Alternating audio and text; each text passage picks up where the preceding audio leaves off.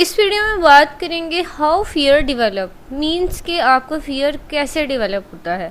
तो psychological point of view से हम इसको देखने की कोशिश करेंगे और इसके बारे में मैं आपको टिप्स भी बताऊंगी कि आप कैसे फियर से बच सकते हैं। तो सबसे पहले आपको अगर अपने फियर जो है ये जानना होगा कि आपका कौन सा फियर है। ठीक है, अगर आपको पता होगा कि आपको इस चीज़ का फियर है, यानी आपके अंदर इस चीज़ का डर है, तो फिर ही आपके अंदर करेज भी डेवलप होगी। अब देखें, फियर होता क्या है। इट्स मीन कि आप किसी चीज़ से डरते हैं। अब वो चीज़ ये नहीं है कि कोई फिज़िकल एग्जिस्टेंस हो। सम टाइम आप लोग अंधेरे से डरते हैं, सम टाइम कोई ऐसी चीज़ हो, पानी से लोग डरते हैं, कुछ लोग हाइट से डरते हैं, कुछ लोगों को फियर ऑफ फेलियर होता है कि मैंने मतलब फेल हो जाना है, या कुछ लोग रिस्क लेने से डरते हैं। तो इस तरह के फियर्स होते हैं। हर पर्सन में कोई ना कोई फियर आपको नज़र आ ही जाता है।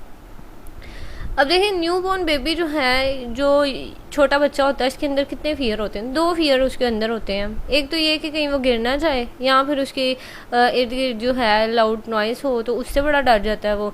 या फिर ये होता है कि पेरेंट्स ना उसे डांट दें। अब छोटे बच्चे का मेनली यही कंसर्न होता है कि मुझे डांट ना पड़ जाए।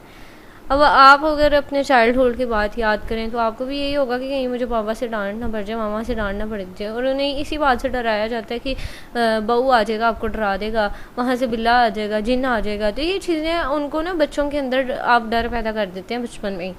तो ये जो है, इनसे आपको भी मतलब अवॉइड करना चाहिए कि इस तरह की बातें नहीं करनी चाहिए बच्चों के सामने, क्योंकि उनके अंदर ना अनकॉन्शियसली एक फियर डेवलप हो जाता है।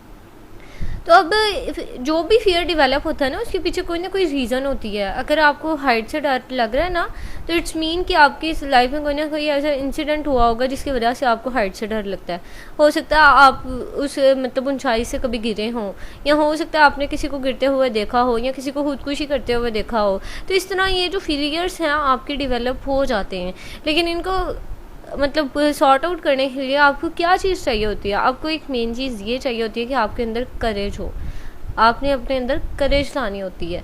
और वो करेज जो है वो कैसे लाई जाती है, इसके बारे में भी मैं आपको बताऊं कि आपको सबसे पहले तो अपने अंदर फेथ डेवलप करना होगा कि आपको मतलब खुद पे यकीन करना होगा कि मैं इन चीज़ों से निपट सकता हूँ। या फिर आपके अंदर मतलब आपको वो होना होगा कि आपको अपने लाइफ के नेगेटिव एक्सपीरियंस जो हैं वो याद करने होंगे। और फिर आपको होना मतलब आपको ये रियलाइज़ करना चाहिए कि मैंने तब ये एक्सपीरियंस किया था, तो मुझे ये सब चीज़ें हुई थी, मैंने ये काम किया था, तो मैं इस तरह फेलियर हो गया था, अब मैंने नेक्स्ट अवॉइड करना है। तो इसलिए बहुत से इस तरह की करेज के लिए आपको आगे मेरी मज़ीद वीडियोज़ में भी टिप्स मिलेंगे। तो ये चीज़ें जो हैं, इनको जब आप फॉलो करते हैं ना, तो आपके अंदर के जो फियर हैं वो ख़त्म हो जाते हैं।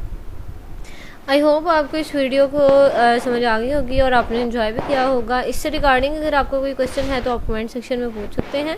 Thank you so much for watching. अगर आपको वीडियो अच्छी लगी तो इसे लाइक और सब्सक्राइब ज़रूर कीजिएगा। अपना और अपने प्यारों का बहुत सा ख्याल रखिएगा।